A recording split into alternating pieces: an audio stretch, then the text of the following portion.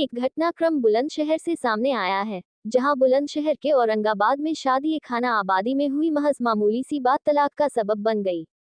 दरअसल औरंगाबाद निवासी युवती का दिल्ली के सीलमपुर निवासी युवक से 27 जनवरी को निकाह होना मुकर्रर हुआ था।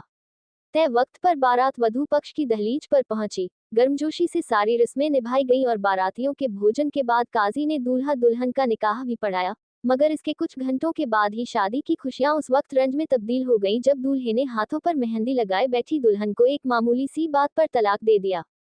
हुआ कुछ यूं कि बारात में दूल्हे के साथ आई उसकी दादी से वधू पक्ष के किसी व्यक्ति ने कुछ देर के लिए वह कुर्सी मांग ली जिस पर वो बैठी हुई थी। इसी को लेकर हंगामा इतना बढ़ गया कि शादी के कुछ ही घंटों में तलाक की नौबत आ गई। बताया गया कि दादी से कुर्सी मांगने को वर पक्ष के लोगों ने घोर अपमान माना, जबकि इसी बात से खफा होकर दूल्हे ने शादी तोड़ दी।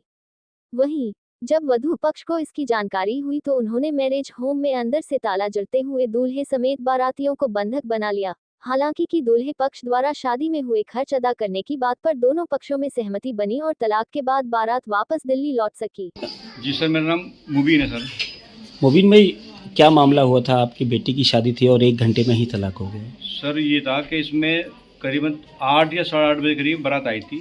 हम लोगों ने बड़ा अच्छा स्वागत किया उनका और बड़े तरीके से उन लोगों को हमने खाना खिलाया गया, उन्हें सब कुछ हो गया। एक जरा सा एक हमारे चचा बुजुर्ग लोग जो मतलब बाराती थे, वो उन्हें कुर्सी नहीं थी खाना मतलब खाने की नहीं, जैसे कम पड़ रही थी कुर्सी, तो वो एक हमारी वालदा सी टाइप की बुढ़िया थी, वो जैसे बैठी थी जैसे, तो उनसे क्या कहा, अभी 2 मिनट की कुर्सी छोड़ दो, चचा खड़े खाना खा लेंगे बस।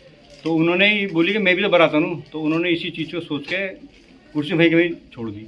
वहाँ से उठ के वो लड़के के पास गई, अंदर गई कि मेरे साथ में ऐसा कह रहा और ऐसा क्या। उन्होंने इसी बात पे ज़्यादा बवाल पैदा शुरू कर दिया कुर्सी के ऊपर ही, ऐसी बात के ऊपर ही, और 1 घंटे के अंदर ही मेरी बेटी को तलाक दे दी गई उन लोगों ने।